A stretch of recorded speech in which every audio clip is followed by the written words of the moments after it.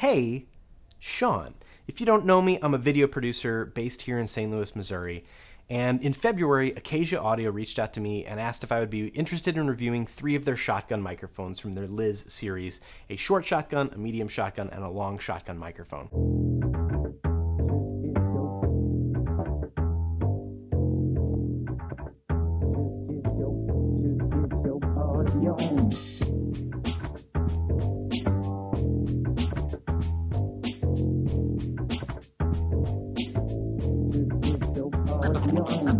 Now, when I do a product video, a product review, which I seldom do, no money exchanges hands, and there's no incentive for me to give a good review. They provided me these microphones for free. There's no money for me for doing this, and I don't get any affiliate link or compensation if anyone buys any microphones. Number 2, the company gets no say in these videos. These are my opinions and my review, and nothing is approved by them prior to me posting it. And number 3, I don't like making negative videos. And so if somebody sends me a product and I just don't like it, I don't make a video. So the fact that you're seeing a video is already kind of a spoiler alert that this product is a good product and one that I use and can use in my job. Now, in my job, for the most part, I don't use shotgun microphones. I use this NT5 pencil condenser microphone. It's a Rode NT5. I have a Rode NTG3, which I use when I need a shotgun, but for the most part, I don't use shotgun microphones because I'm filming in indoor, untreated spaces, which even the best shotgun microphones, in an untreated space, the reverb makes your voice sound really muddy. And I'm not going to get into the physics of why in this video, but it happens. And so I end up using these pencil condensers when I'm in untreated spaces, but a short shotgun sort of avoids a lot of that. And so keep that in mind as we start to do these tests. I was expecting certain things from the longer shotgun microphone, but I'm going to walk through a couple of tests with you and you can hear all the audio. Earlier today, I went through and I tested these microphones down here in my basement studio, both in quiet and with the HVAC running. I tested them in my office, which is a very hard-walled room, a lot of reverb in there, and you can hear how the microphones sound with that. And then I also tested them outside where reverb wasn't an issue, but we are next to a street and there's wind noise, and you can hear how they handle wind and off-axis noise in a real-world environment. And then I also tested with a little noise machine, moving it around, and you can hear how it cancels noise, how each mic cancels noise that's coming from off-axis. So listen to these, watch them, and at the end of it, I'm going to come back and give you my conclusion on what I think and when I think it might be the right microphone for you. Take a listen. This is in the basement. The HVAC is off. This is like the normal studio setup that I have down here where it's untreated concrete walls for the most part. There's no sound blankets, there's no curtains, there's no carpeting. This is what I'm dealing with. And this is a lot of times where a long shotgun can start to sound muddy because the higher frequencies of my voice bounce off things, come back to the mic and get canceled out, leaving it a little bit muddy. But if you use a microphone that's a little shorter, like a pencil condenser or the short shotgun, you get a lot less of that muddy effect in your audio. But I'm in the basement studio right now, and the HVAC is running. And I'm sure you can hear that on the phone's microphone. But on these microphones, we can sort of hear the difference in how the noise is being handled, the off-axis noise. So we've got the Rode NTG3 as my main shotgun microphone, which I don't always use indoors. But we also have the Acacia Liz short shotgun, the Acacia Liz medium shotgun, and the Acacia Liz long shotgun. And you can hear the differences in the noise cancellation accordingly. I'm going to be quiet for a second and just let it roll.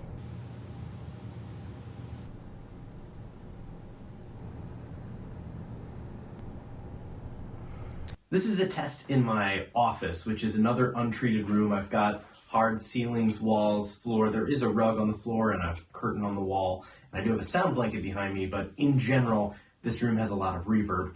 This is me talking into the Shure SM7B, which is a dynamic microphone that's used for this sort of talking head style stuff. And this is comparing it to the array of shotguns over my head. You can see that, again, the longer shotguns kind of get a little bit muddy in a room like this, and the shorter shotguns remain pretty crisp and clean and have a much more flexible signal later on in post-production. So here I am outside, hoping that we can see what happens when there isn't the reverb that we have inside, but also when there's some background noise. I'm standing about 40 feet from a street, and I'm just waiting for some cars to drive by to see if there's any background noise that gets picked up in these microphones. There's one driving along just to my left in a moment. We're going to see if this makes any noise, and if you can see as it gets a little bit closer and drives by. And I try to keep a straight face and not look at the person who's absolutely wondering what I'm doing out here talking to 9 microphones in the middle of the street. I'm going to move it around to the side. And lastly, I'm going to move it behind all of the microphones. I'm going to move it around to the side. And then lastly, I'm going to move it behind all of the microphones.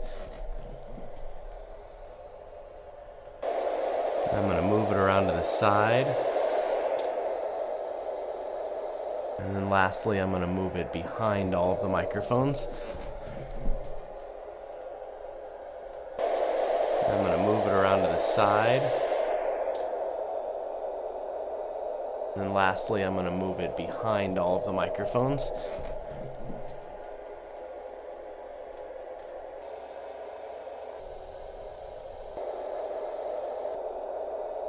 So in all of these tests, what I noticed is audio is subjective, but all of the microphones sound pretty good. And throughout this video, I've switched between a couple of the microphones, but I noticed that after a while, the Rode NTG3 starts to sound really tinny, untreated. And I want to say as a disclaimer, most professionals will add some sort of EQ, will add some sort of compressor and limiter, and will alter the signal in some way. And what's important is that you have the right data there that you can shape. And if a microphone sounds really muddy, there are things you can do to tweak the EQ to bring back some of the high frequencies.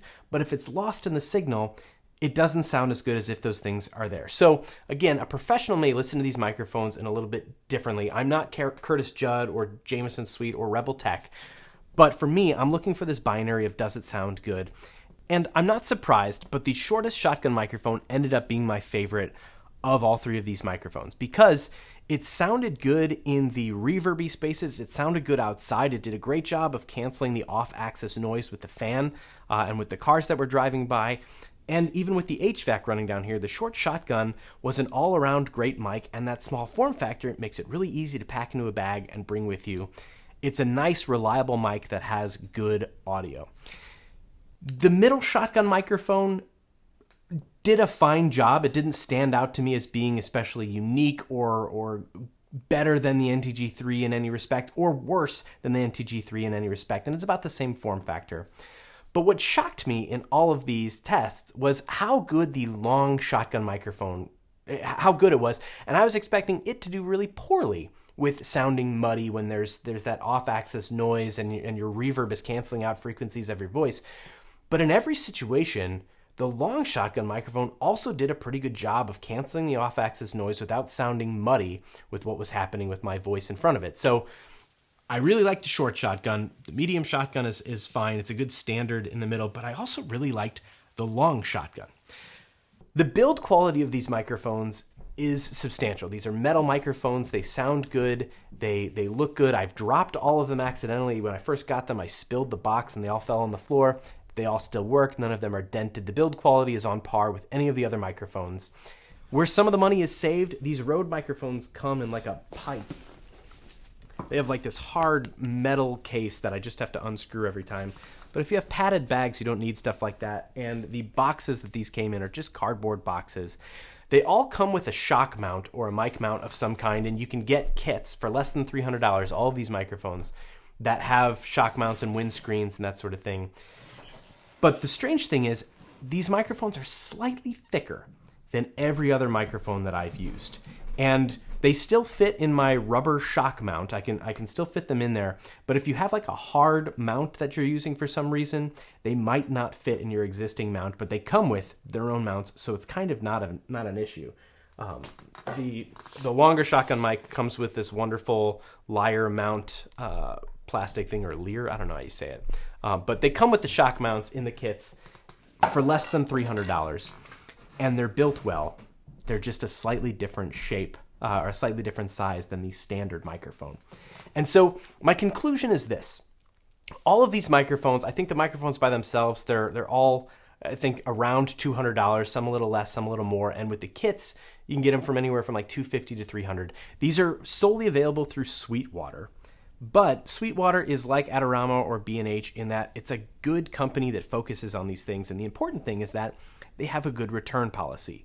And so with any gear, whether you're buying a Sennheiser 416 for $1,000 or a Rode NTG3 for $700 or an Audio-Technica BP 4027 for $749 or the Rode long shotgun microphone for $999, whatever these things are, buy them. See if they're right for you, test them, see if they work, and if they don't, send them back. The good camera companies and the good music companies have good return policies for a reason. You're allowed to see if a mic is the right mic for you. The advantage here to these microphones is that they're substantially cheaper.